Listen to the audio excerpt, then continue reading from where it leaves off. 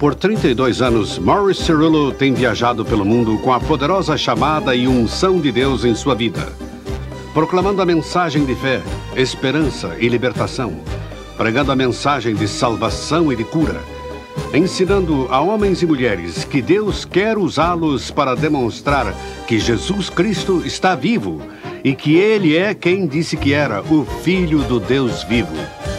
Não com palavras de sabedoria humana, mas dando evidências do poder de Deus, ensinando homens e mulheres a tomar a ofensiva contra o diabo e a vencê-lo em todas as circunstâncias da vida, redefinindo o que um ministro é.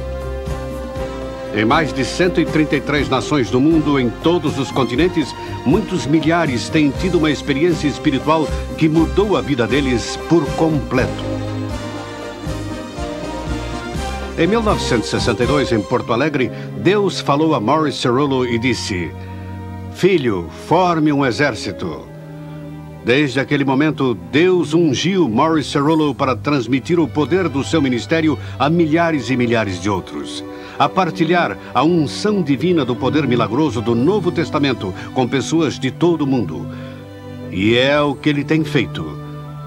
Nas escolas Morris Cerullo de Ministério pelo Vídeo, o termo ministro é definido de acordo com o Novo Testamento. Todo crente se torna ministro ao experimentar uma nova unção, ao lançar mão das chaves do reino e começar a exercitar a sua autoridade através de Jesus Cristo, o Messias. Mais de 450 mil líderes, pastores e leigos em 133 nações já aprenderam que eles também podem realizar as obras de Deus. E agora, este dinâmico e ungido homem de Deus, Morris Cerullo, vem a você de modo muito especial. E se você quer aprender a realizar as obras de Deus, se quer experimentar uma nova unção em sua vida, se quer que Deus o use, a escola Morris Cerullo de Ministério pelo Vídeo é para você. E agora, World Evangelism apresenta a Escola de Ministério pelo Vídeo. Sua vida nunca mais será a mesma. Bem-vindos à escola Morris Cerullo de Ministério pelo Vídeo, uma escola diferente. Que poderosa revelação você recebeu na última reunião, quando aprendeu que todos nós somos ministros. E hoje a revelação vai continuar. Você vai experimentar por si mesmo a resposta à pergunta: que faremos para realizar as obras de Deus? Agora, deem as boas-vindas ao profeta de Deus neste período crítico da história e seu amigo Morris Cerullo.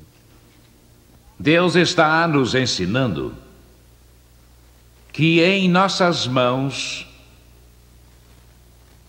está o futuro do sucesso da obra de Deus.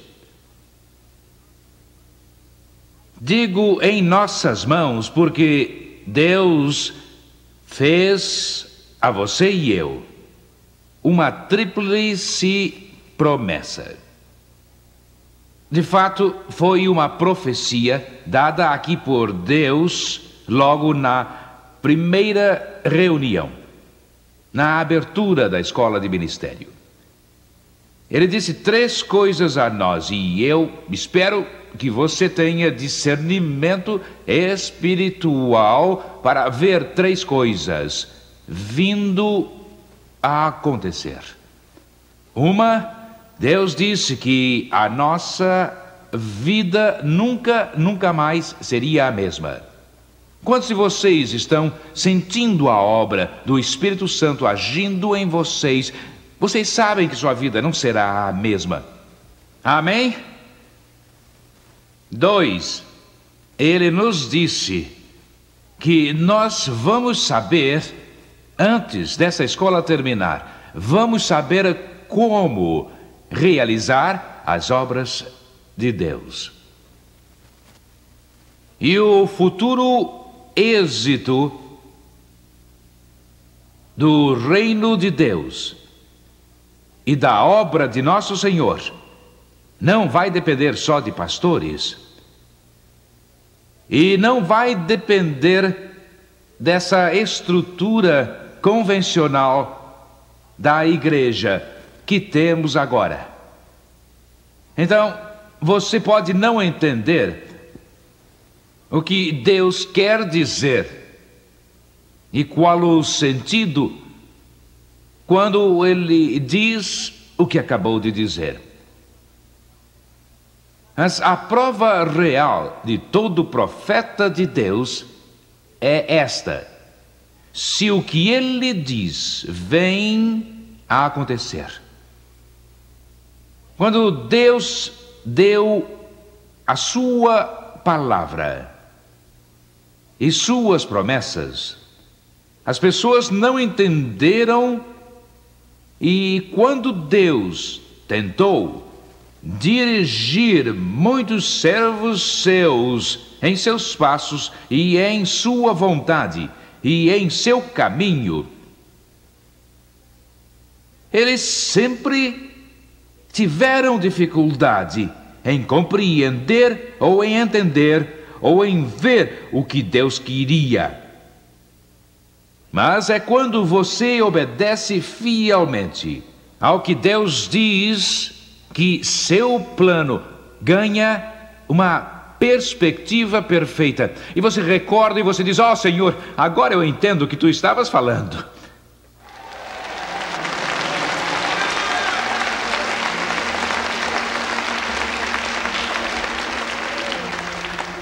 E Deus fez outra profecia a nós, uma profecia tríplice. E a terceira profecia é esta: que Ele levaria nossa vida a uma manifestação e a ter uma experiência.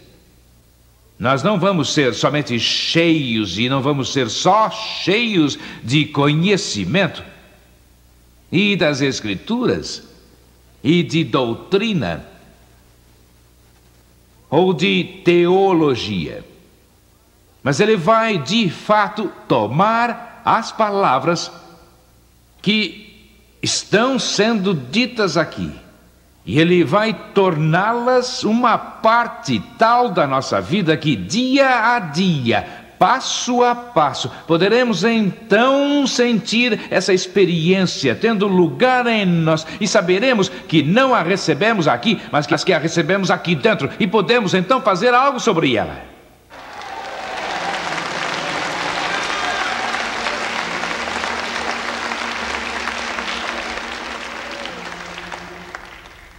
Ontem descobrimos algumas coisas muito importantes. Descobrimos que a igreja de Jesus Cristo, não um homem, um ministério, nem um dom, mas a igreja de Jesus Cristo é o ponto central pelo qual o Espírito Santo e Deus vão operar. Que não temos de nos preocupar em saber se temos o dom de curar, em saber se temos o dom de línguas, em saber se temos o dom de profecia. Tudo que temos a fazer é ter 2 ou 3 pessoas reunidas em nome do Senhor, e o Senhor está no meio delas, e quando o Senhor está no meio de nós, tudo pode acontecer. Todos os dons estão lá, porque a igreja é aquela instituição que Deus estabeleceu no mundo para que ela seja o centro curador e o centro para o qual se dirige todo o poder e a glória e ministério. E isso nos dá alguma esperança. Porque vocês podem nunca ter sido usados pelos dons do Espírito Santo em toda a sua vida, mas se vocês estiverem congregados em nome do Senhor, Deus pode tomá-los e vocês podem sair e impor as mãos nos doentes irmãos e curá-los.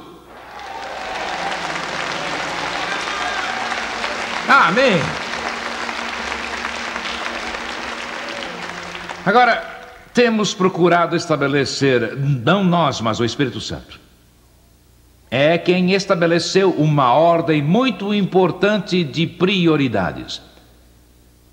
Porque se é que nós vamos responder à pergunta: que faremos para realizar as obras de Deus, nós vamos ter de conhecer quais são essas obras de Deus.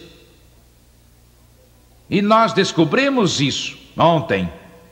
Como foi importante que Jesus provasse quem ele era. Jesus, oh amado Senhor, porque o judeu, lembra do que eu disse no primeiro dia? Que Deus levantou o judeu com um propósito? Quantos se recordam disso? Vamos, vocês se recordam? De fato? Vocês se recordam? Mesmo? Com que propósito Deus levantou os judeus? Além de trazer Cristo a este mundo e de usá-los como um meio através do qual o Messias iria aparecer. Alguém me diga. Isso mesmo, mostrar ao mundo que existe somente um Deus. Não era um Deus de barro, madeira ou metal.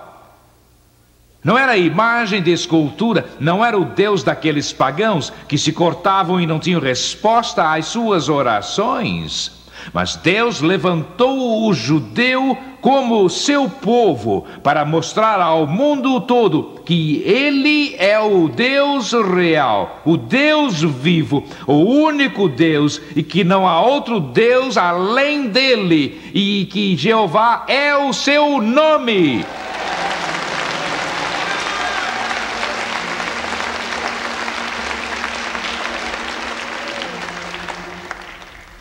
E agora Deus tem um povo seu. Oh, glória a Deus. Ele tem um povo agora.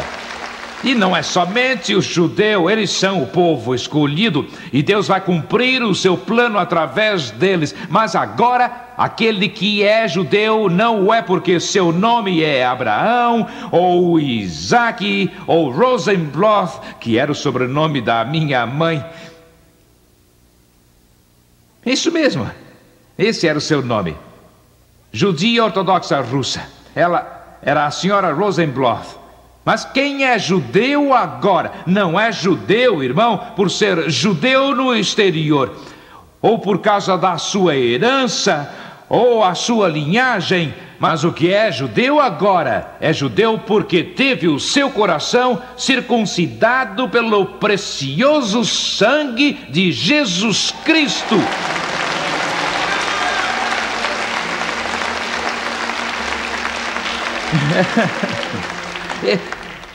E Deus levantou a igreja, que é o seu Israel espiritual, por assim dizer. Mas eu não quero entrar numa discussão teológica, porque quando vocês sabem que não viemos aqui para nos envolver com doutrina.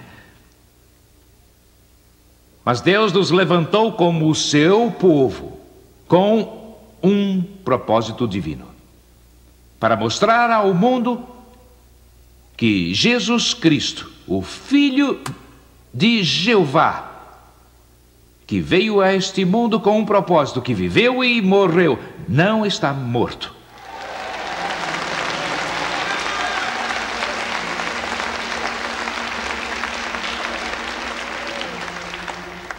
O túmulo não pôde contê-lo, cadeias não o prenderam, barras não o aprisionaram, irmão, mas da sepultura ele saiu, quebrou os grilhões, abriu as portas da prisão. O Espírito do Senhor Deus estava sobre ele. E o mundo espera para ver esse Cristo ressuscitado. Mas eles não vão conhecê-lo através dos tradicionalistas. Eles não vão conhecê-lo através dos conservadores. Eles não vão conhecê-lo através dos modernistas. Eles somente irão conhecê-lo quando Deus levantar um povo e colocar em suas mãos a capacidade para fazer as obras de Deus, para mostrar ao mundo que Jesus é quem ele diz ser. E foi assim que o Filho de Deus manifestou a prova de que ele veio de Deus.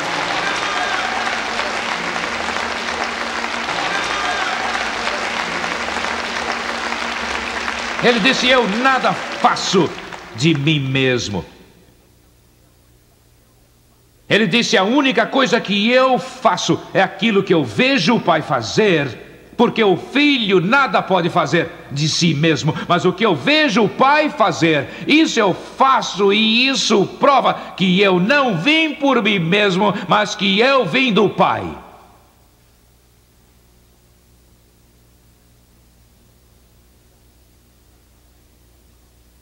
Um milagre, 5.000 almas vieram a Cristo. Aprendemos algo muito importante ontem. Aprendemos que não é aquilo que somos. Irmão, se você se mirar no espelho, você vai se voltar e dizer: oh meu Deus. Todos vocês sairão dizendo: como podes tu me usar? Lembra do que eu disse? Gostaria que todos os pastores que assistem a este meu programa, essa escola de ministério, que ouvissem o que eu vou dizer agora. É fácil, e vocês vão descobrir isso no estudo de hoje, e nós vamos descobrir isso na nossa revelação de hoje. É muito fácil pregar. É fácil pregar, mas é muito mais difícil demonstrar o que você prega.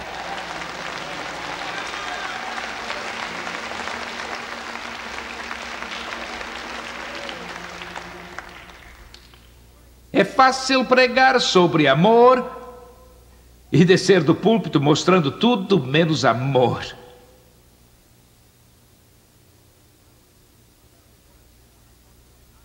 Você não precisa dizer amém, pode dizer ai, mas isso é o que acontece. Temos uma porção de pregadores que não praticam o que eles pregam, e eles vivem duas vidas, uma atrás do púlpito e outra quando saem do púlpito. E isso tem de parar, porque o mundo nunca vai ser alcançado enquanto eles não virem que põem em prática aquilo que prega.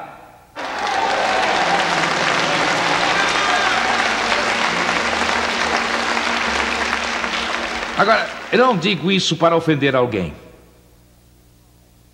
mas eu digo porque já chegou a hora. Temos de tirar a máscara.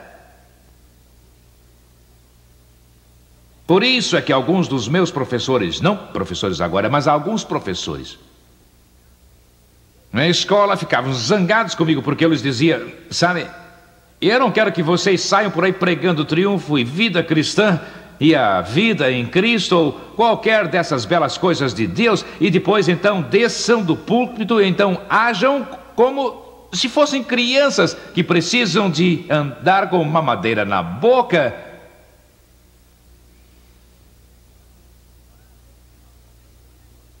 Vamos, irmão, quando eu prego aqui, quando eu desço aqui, fique sabendo, meu irmão, eu não quero estar lá nas alturas, tão cheio de tudo quanto é doutrina, que confunde minha cabeça, irmão, e faz a gente ter arrepios e tudo mais. Eu quero que você saiba disso, que essa coisa é tão real, que quando você descer de lá e você descer de novo à terra, meu filho Davi disse uma coisa que eu gosto muito. Ele disse: papai, sabe, nós devemos ser capazes de viver no nível dos ouvintes, e quando estamos aqui, irmão, no nível dos nossos ouvintes, temos de ser capazes de ter esse relacionamento em que sabemos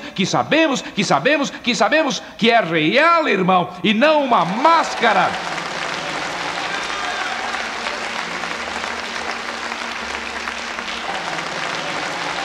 Vamos, não é máscara, é real.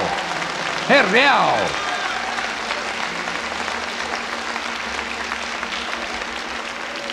Agora, nós abrimos uma porta ontem e começamos a entrar por ela. Não é o que somos, mas é o que Deus pode fazer de nós. E todas essas coisas que têm de fazer parte de toda a manifestação do nosso ser. Nesta escola em particular, só vamos poder tratar de uma. Eu gostaria de tratar de muitas delas. Mas não temos tempo. Talvez vocês não saibam, mas eu tenho um pequeno relógio aqui. Vira? E eles põem esse relógio aqui, sabem?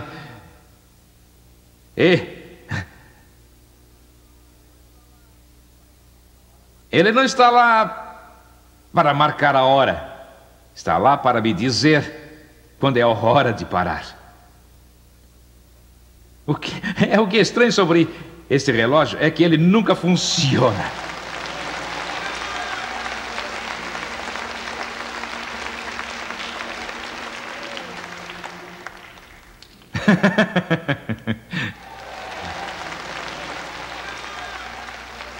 Estávamos entrando por uma porta. Começamos a falar sobre a fé ontem,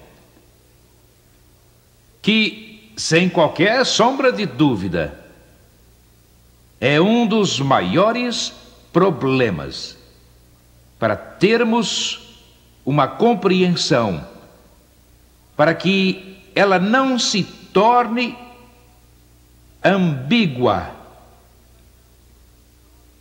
para que ela não se torne líquida, mas tenhamos uma compreensão dela e ela não seja ilusória,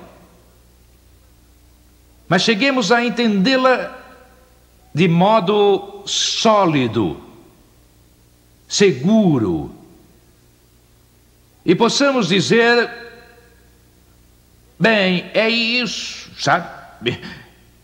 Eu leio o jornal às vezes desejaria não ter lido. Quando eu vou a reuniões como esta, eu passo uma semana inteira sem ler o jornal, ou mesmo ouvir as notícias na televisão, e às vezes eu só ligo para poder ficar a par do que acontece. Eu não sei por que eu faço. Talvez por sentir a obrigação de saber o que se passa. Porém, o fato é que, depois de ouvir as notícias ou depois de ler o jornal, estamos mais confusos do que antes. Às vezes, em minhas viagens por outros países do mundo onde eu não posso ouvir notícias, onde o jornal não representa nada, então eu sinto um grande alívio.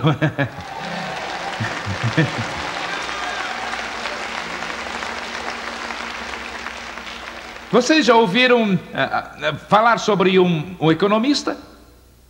Quantos de vocês ouviram a palavra economista? Sabe, o presidente tem economistas, ele tem muitos deles ao seu redor. E o economista é a pessoa que pode falar pelos dois lados da sua boca ao mesmo tempo. É assim, isso é o que eles nos dizem sobre a economia. Eles dizem: bem, se isso acontecer, é isso que prevemos que será o resultado. Mas se isso não acontecer e esse for o resultado, então aquilo vai se dar. Desse modo, eles estão amparados dos dois lados na questão. Ninguém está dizendo exatamente o que vai acontecer. Você diz: por que, Mauro e Cerulo? Porque eles não sabem. É como se dá com os médicos. Os médicos tentam fazer o melhor que eles podem, mas mesmo o melhor que eles podem fazer é limitado. Agora, eu não sei quanto a vocês, mas eu gosto de segurar alguma coisa que é tão sólida e tão positiva que eu sei que não tenho de me preocupar se ou e, mas talvez, mas os meus pés estão tão firmes que eu sei.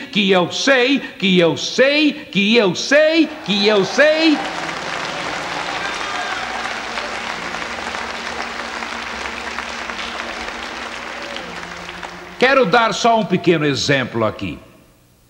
Por muito tempo, a ciência médica tem dito que a pessoa diabética, se ela usar açúcar sendo como ela é, diabética, isso é muito prejudicial. As pessoas que são diabéticas por anos se abstiveram de tudo quanto é doce, de sorvete, de tortas e... De fato, essas coisas não são boas para você mesmo.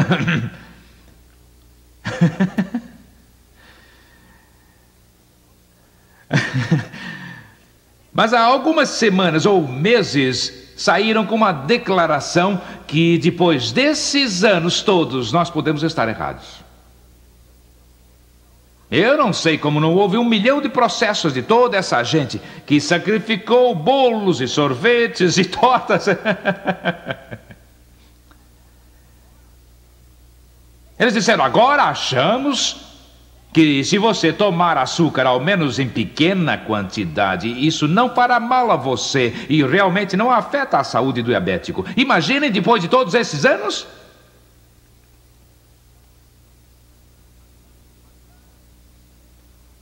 Mas há um lugar firme de entendimento. Aqui podemos chegar e não temos de viver em agitação. Sabem, é uma coisa estranha e peculiar. Aparece por aí um pregador e ele prega nessa direção. E então, de repente, uma porção de gente é arrastada nessa direção. Então surge outro pregador e ele prega nessa direção e uma porção de gente é levada noutra direção. E eu vejo isso se repetindo sempre. E eu digo: Senhor, o que aconteceu que antes as pessoas tinham seus pés tão bem firmados que quando uma doutrina qualquer aparecia, ela não arrastava o povo, e se outra doutrina surgia, ela não os levava, mas eles sabiam em que direção iam o tempo todo. Eles iam numa direção segura e não eram arrastados. E ninguém tem todas as respostas. Mas há algumas coisas que podemos saber com certeza plena. E há uma coisa que eu sei que Deus não é o autor de confusão. E se você está confuso, é melhor verificar de onde essa confusão vem. Eu acho que não me ouviram. Passou por cima da cabeça de vocês. Deve ter pousado em algum outro lugar qualquer.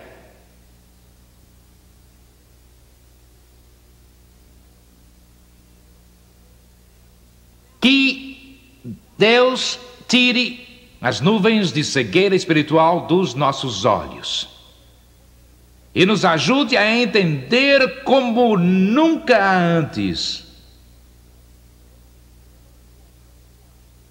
Deus criou o homem à sua imagem. A imagem de Deus no homem é a capacidade que Deus lhe deu para governar e para dominar e para ter autoridade sobre a sua vontade. O homem usou isso para desobedecer a Deus e, como resultado do pecado de Adão, ou desobediência, o pecado entrou no mundo, e a doença entrou no mundo, e a morte entrou no mundo. E Deus nunca desejou que o homem conhecesse o pecado. Ele não criou o homem para pecar. Nunca desejou que ele fosse doente. Nunca pretendeu que perdesse seus cabelos, os olhos enfraquecessem a ponto de precisarem de 4 olhos. Ele não pretendia que seus ouvidos ficassem surdos, que usássemos aparelhos auditivos, ou muletas, ou até mesmo bengalas. Nunca foi a vontade de Deus, e não é a vontade de Deus ainda hoje.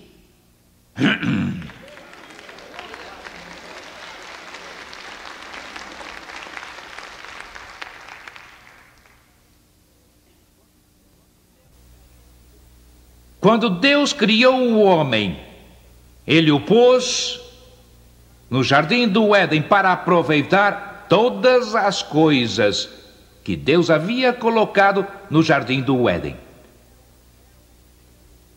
E o homem era um ser espiritual, mas como resultado do pecado e da impiedade, ele herdou uma natureza degenerada e má. É o que a Bíblia diz. O homem é pecador. Primeiro, não por escolha, mas por nascimento. Toda pessoa que nasceu neste mundo, desde o tempo de Adão e Eva e desde o seu ato de desobediência, nasceu moldada em iniquidade. Esta foi a maldição que Deus pôs sobre o mundo pela desobediência do homem. E Deus deu ao homem, quando ele o criou, em primeiro lugar, 5 sentidos: o tato, o paladar, a visão, o ouvido, o olfato. Em lugar nenhum se acha que a manifestação da fé era uma qualidade inerente na pessoa humana. Nunca. É simples. O homem não precisava de fé para crer. Ele andava com Deus, ele falava com Deus, tinha comunhão com Deus, até o momento que a comunhão e o relacionamento foram interrompidos e ele perdeu tanto a comunhão como o relacionamento com Deus. Agora, Deus é um ser sobrenatural, como já vimos ontem. A palavra Deus quer dizer alguém que deve ser adorado por ter capacidade sobrenatural. E a palavra sobrenatural quer dizer aquilo que vai além da lei ou do poder da natureza. Agora, olhe para isto. Veja isto. Veja isso de novo. Mais uma vez. O que é isso, Maurício Cerulo? Esta é a lei da natureza. Chama-se gravidade. Não se pode quebrar essa lei. Se você quebrar, você paga o preço. Se eu fosse saltar dessa plataforma, quantos aqui sabem que eu não iria andar pelo ar? Quantos aqui sabem que se eu saltar desta plataforma, eu vou direto para o chão? Quanto mais alto, maior o risco que eu tenho de quebrar o meu pescoço.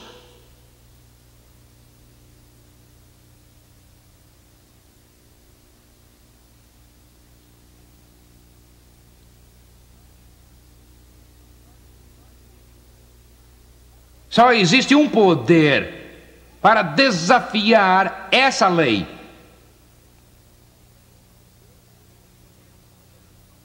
E esse é um poder sobrenatural. Se eu andar aqui e começar a andar pelo ar, quantos de vocês sabem que teria que demonstrar capacidade sobrenatural?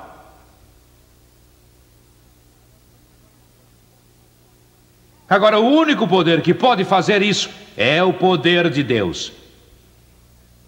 Por quê? Porque Deus é sobrenatural. É por isso que você e eu podemos orar aqui. Deus pode responder lá onde está a sua casa. Apesar de serem de muitos estados e de muitos países diversos, Deus pode ouvir a oração. Se começarmos a orar aqui e você tem uma necessidade em Nova York ou na África ou em qualquer outro estado deste mundo, meu irmão, ou outra qualquer parte do planeta, Deus pode ouvir a oração lá. Por quê? Porque Ele é sobrenatural e Ele está em todo lugar. Vamos, demos a Ele palmas. Vamos.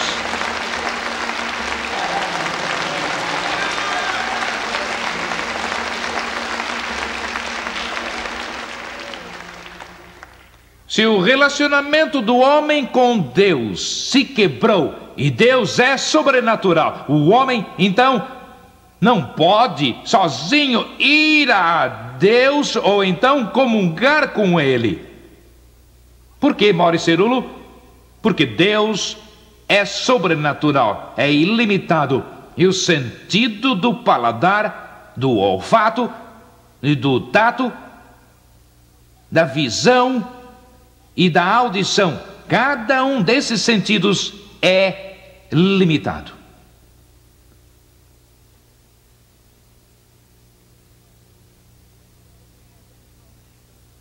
Porque você só vê um tanto.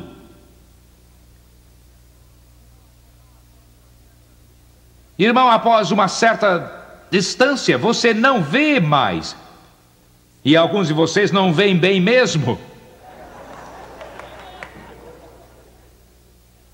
Quantos sabem que acontece o mesmo com o ouvido? Quantos de vocês sabem que não temos condições de ficar de pé aqui e ouvir o que se passa a 3 quadras daqui?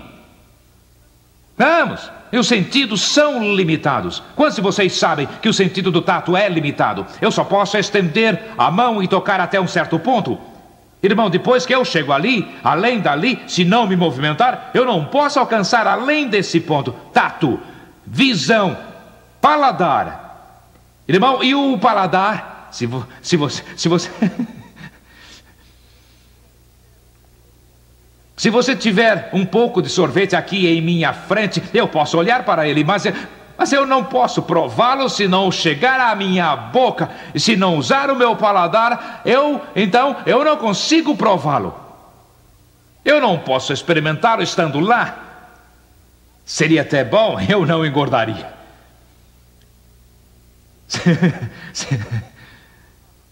Eu seria sempre bem magro. Porque sorvete é o meu fraco. Tato, paladar, visão, olfato, a mesma coisa aqui. São todos sentidos limitados. Mas Deus não tem limites. E quando nascemos de novo e entramos em relacionamento com Deus, nós não usamos mais os sentidos naturais para comungar, ter comunhão, andar. Nós recebemos um novo sentido que toma esses sentidos e faz com que se limitem só ao terreno natural.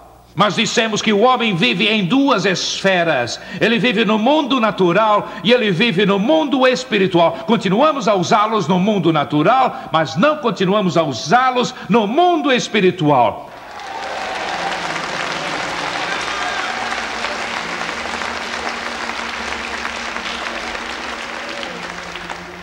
E nós vamos tratar desse aspecto um pouco mais adiante, onde se diz: a fé vem pelo ouvir, e o ouvir pela palavra de Deus. O homem tem 2 pares de ouvidos. E quando a Bíblia fala a respeito da fé vir pelo ouvir e o ouvir pela palavra de Deus, não está falando de ouvir com os ouvidos naturais, as palavras que nos são ditas. Está falando que aquele que tem ouvidos para ouvir, ouça o que o Espírito de Deus está dizendo, que vai além do ouvido natural e entra no Espírito, em nosso Espírito, nos ouvidos espirituais, onde você tem um relacionamento na manifestação sobrenatural, de um andar sobrenatural com um Deus sobrenatural.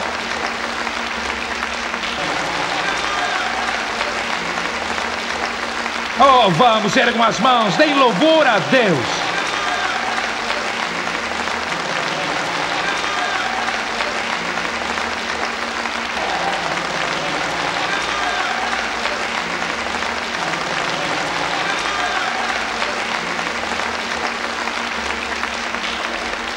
Por isso é que Efésios 2, 8 e 9 são tão importantes de entendermos quando nascemos de novo.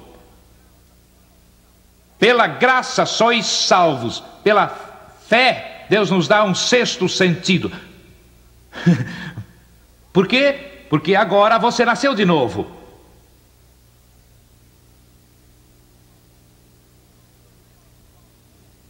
Você lembra o que Paulo diz? Que a vida que eu vivo agora, diz ele, eu não vivo segundo a carne. A Bíblia diz que a mente carnal é inimiga de Deus e não entende as coisas que são de Deus, porque as coisas de Deus se discernem espiritualmente. E quando você está no mundo natural, está dependendo dos sentidos naturais, você não pode entender as coisas de Deus. É impossível. Paulo disse: a vida que eu vivo agora, eu não vivo do que eu vejo, eu não vivo do que eu ouço, eu não vivo pelo que eu toco, ou provo, ou vejo, ou cheiro. Ele disse: eu vivo pela fé no Filho de Deus.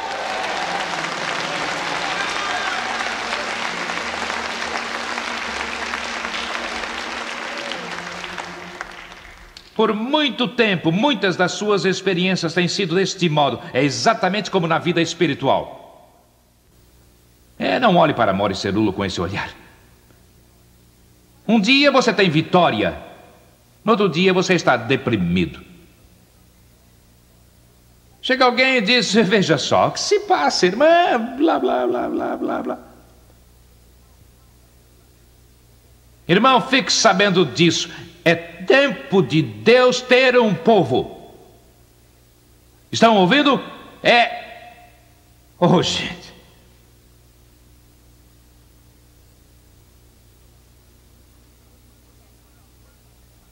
Porque quando a manifestação dos frutos do Espírito está em sua vida, não deixe ninguém enganá-lo. Eles não têm de flutuar. Quando você é afetado pelas circunstâncias, algo está errado. O que está errado, Maury Cerullo? Algo está errado com sua experiência. Mas eu quero que você fique sabendo de uma coisa. Se está certa a experiência que eu já tive com Deus, e se a experiência que você recebe nesta escola está certa, eu posso lhe garantir, irmão, você enfrenta tudo, você enfrenta a crítica, enfrenta o ridículo, enfrenta os mal-entendidos, você enfrenta tudo, irmão, mas não voltará atrás em sua experiência.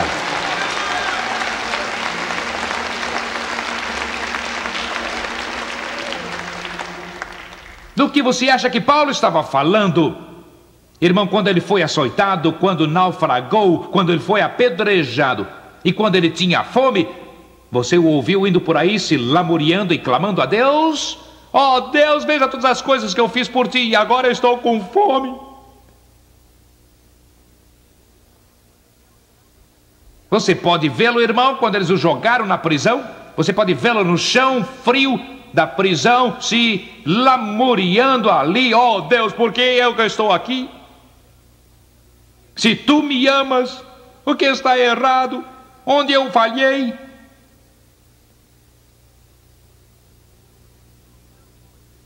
Você diz: por que não, Maury Cerullo? Eu vou dizer por quê. Porque ele teve uma experiência, irmão. Quando esteve lá no deserto, ele experimentou a glória de Deus, irmão. E se era preciso um naufrágio, e se era necessário a nudez, se era necessário a pobreza, e era preciso que ele perdesse tudo, ele não ia se preocupar, ele prosseguia para o alvo, pelo prêmio da suprema vocação de Deus em Cristo Jesus.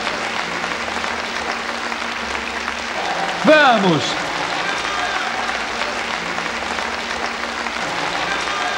Deus está buscando soldados, não bebês.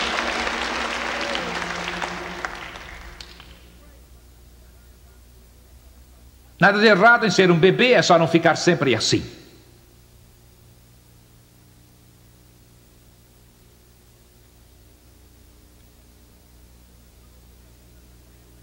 Quando você veio até o pé da cruz, existiam muitas coisas que você não possuía. Você não possuía amor, você não possuía alegria, você não possuía paz. Eu não vou falar sobre isso porque eu não tenho bastante tempo neste estudo.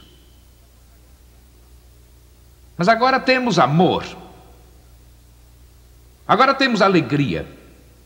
Agora temos paz. E onde você conseguiu? Oh, não foi você. Você gostou do que certas pessoas estão pregando e ensinando. Você procurou a Bíblia, você decorou versículos sobre amor. E então disse, bem, agora, Senhor, eu tenho sido a pior pessoa do mundo. É difícil para mim amar as pessoas, mas agora eu as amo, eu as amo, eu as amo. Hã? Eu tenho paz, eu tenho paz, eu tenho paz.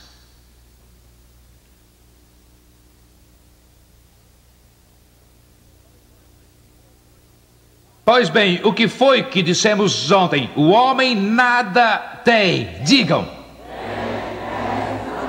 Em si mesmo. Senão o que ele recebe? Do alto.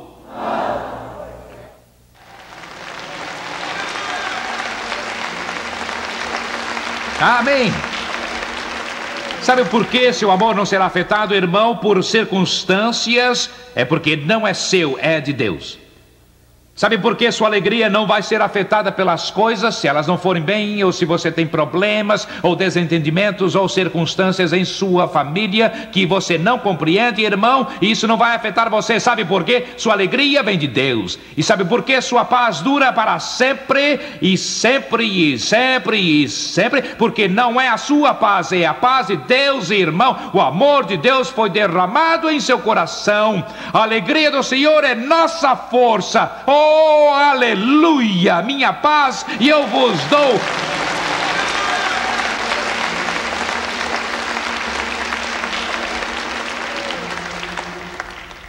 Nós nada temos. Estamos falidos antes de chegar à cruz. Mas, irmão, quando chegamos à cruz, glória a Deus, encontramos um tesouro. Vamos, um tesouro precioso. E não estou falando somente em dinheiro. Há muita gente que se preocupa em poder andar num carro do último tipo. Não há nada de errado nisso. Você tem uma dúzia se quiser. Mas estou falando em não pôr o seu interesse nas coisas deste mundo, e sim nos valores eternos que não perecem, que permanecem sempre. Vamos, vamos.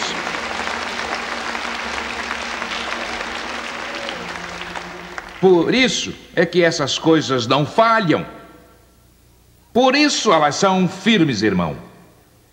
Oh, glória a Deus. A alegria não é maior um dia e menor no outro, e os sentimentos não é que nos controlam mais. E todas essas coisas permanecem firmes e seguras. Por isso Paulo disse, essas coisas não me abalam. Ele disse, em tudo isso sou mais que vencedor. Ele disse, sou mais que vencedor. Posso vencer as circunstâncias, posso vencer os desentendimentos. Quase todos a quem Paulo pregava se voltavam contra ele. Eu creio que você nunca ouviu isso. Talvez vocês não estejam em situação tão ruim.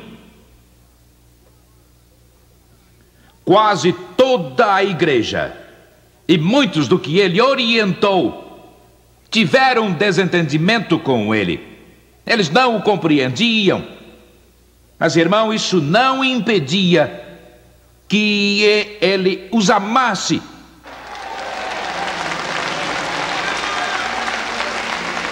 Não, ele os amava assim mesmo. Por quê?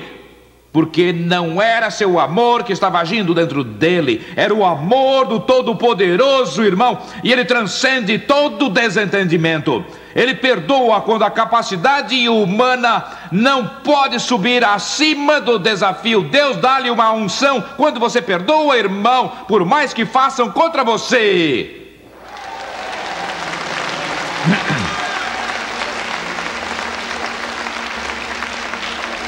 Mas se você não pode criar e se não pode manufaturar por esforço mental e mesmo por memorização, amor, alegria, paz, que são essas coisas? Eles são os frutos do Espírito. Eles são os dons de Deus dados através de Jesus Cristo. Não podemos fabricá-los. Você faz esforço para ser amável.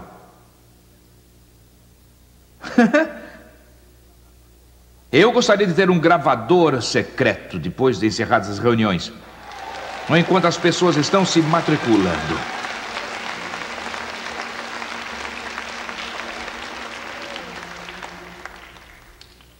Ou vocês acham que isso não valeu a pena?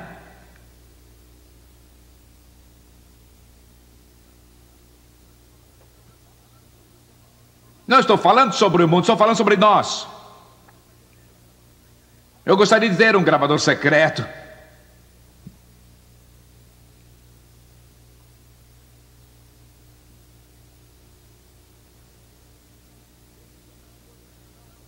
E essas coisas não falham. Agora eu quero fazer uma pergunta rápida. Se não podemos criar amor e alegria e paz, então diga-me o que faz você e eu pensarmos que todos os estudos deste mundo e todo o esforço podem produzir em nós talvez a maior das características e a maior necessidade em nosso relacionamento com Deus. O que faz que pensemos que podemos produzir fé, F-E.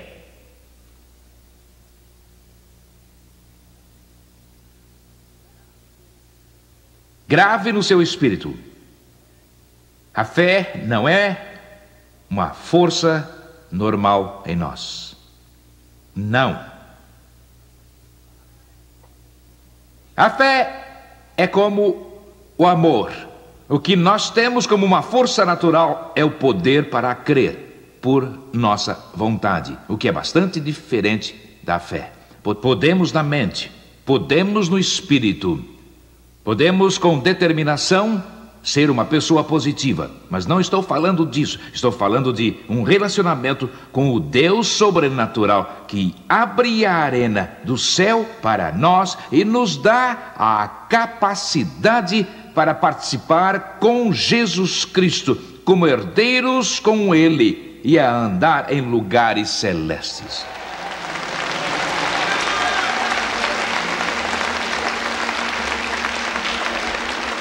Quando nos separamos do que é natural, oh Deus, nós deixamos o mundo natural para trás.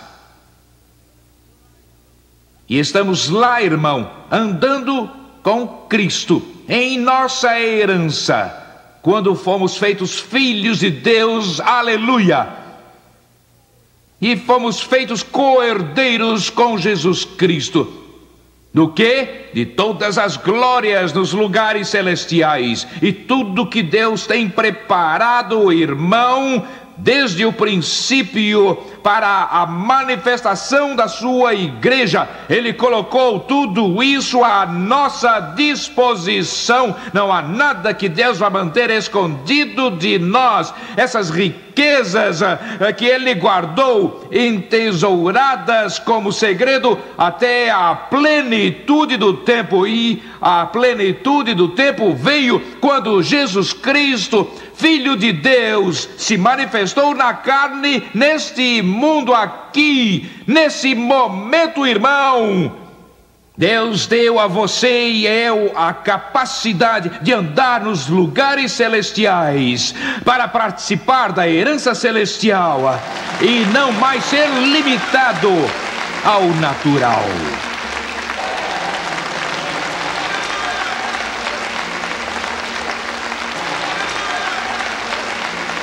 Irmão, ouça bem isso. Glória a Deus. Se você se sente como eu, você vai andar nas nuvens. Oh, glória a Deus. Vamos, você compreende?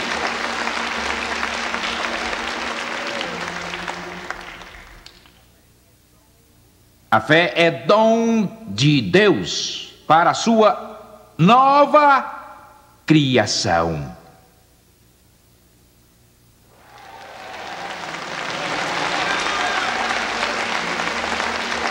Você vê isso? Vamos, está ficando claro? Por quê? Porque se somos novas criaturas e não mais carnais,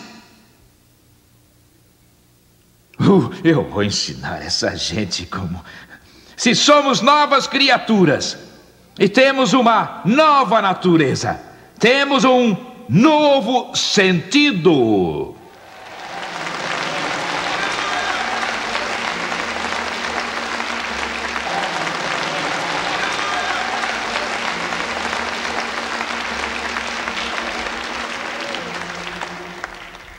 E fiquem sabendo que o diabo vai sentir que levou um direto no queixo. Vamos, digam ao diabo que fique do seu lado da linha. Vamos, diga de novo.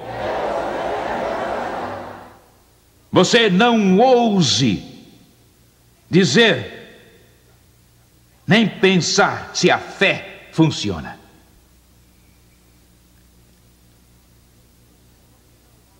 Você diz, por que não, Maurice Cerullo? Porque eu vou lhe dizer uma coisa, sem dúvida alguma. Eu sou responsável diante de Deus por isso. A fé nunca falha.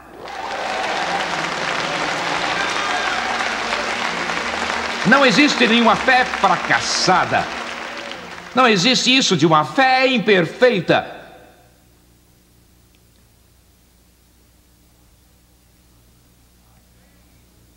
A fé nunca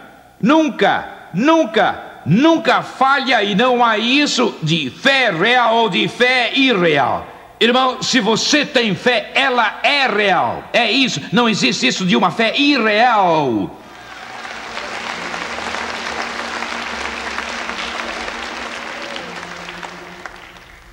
Vamos, diga ao diabo que fique do outro lado, vamos. De novo. E nunca se esqueça do que está lhe acontecendo. Deus lhe deu uma brecha espiritual. Sabe qual é ela? Ele deu a você uma explosão de novo conhecimento pela revelação no mundo do espírito. Qual o propósito? O propósito é levar você além da linha de defesa. Quem está do outro lado da linha? O diabo. Você está rompendo a linha dele. Oh, glória a Deus. Você está rompendo a linha dele.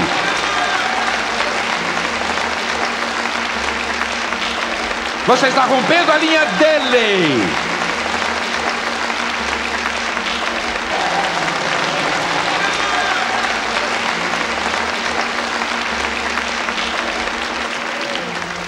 Ao concluir esta mensagem poderosa, lembre-se de que agora você conhece as obras de Deus e Ele quer demonstrar seu poder na sua esfera de influência.